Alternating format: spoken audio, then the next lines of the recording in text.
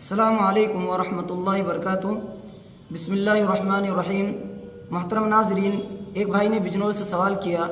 کہ رسول اللہ صلی اللہ علیہ وسلم کو کون سا دن سفر کرنا زیادہ پسند تھا؟ تو اس کا جواب یہ ہے کہ حضرت کعب بن مالک رضی اللہ عنہ فرماتے ہیں کہ رسول اللہ صلی اللہ علیہ وسلم غزوہ تبوک کے لیے جمعرات کے روز نکلے، اور اسی روایت میں حضرت کعب بن مالک رضی اللہ عنہ حضور صلی اللہ علیہ وسلم کے تعلق سے فرماتے ہیں وَكَانَ يُحِبُّ أَن يَخْرُجَ يَوْمَ الْخَمِيسِ، اور رسول اللہ صلی اللہ علیہ وسلم کو جمعرات کے روز سفر پر نکلنا یہ زیادہ پسند تھا۔ رسول اللہ صلی اللہ علیہ وسلم کے تمام سفروں کو اگر آپ جمع کریں گے، غزوات میں نکلنا، جہاد کے لیے نکلنا، ان تمام سفروں کو اگر آپ جمع کریں گے تو اکثر جمعرات کے روز آپ کو ملے گا۔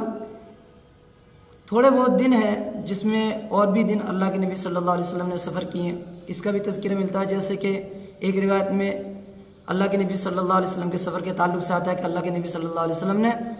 ہفتے کی دن سفر کیا۔ تو اگر کوئی شخص سنت کو اپناتے ہوئے جمعرات کے روز سفر کرنے کو پسند کرتا ہے اور جمعرات کے روز سفر کرنا خاص کر لیتا ہے تو یہ اس کے لیے بہتر ہے، اس کو سنت کا بھی ثواب مل جائے گا اور سفر بھی کر لے گا، اس کا کام بھی ہو جائے گا۔ لیکن ضرورت کے تحت کوئی شخص اگر جمعرات کے علاوہ کسی اور دن بھی سفر کرتا ہے تو اس میں کرنے میں کوئی حرج کی بات نہیں ہے، سفر کر سکتا ہے۔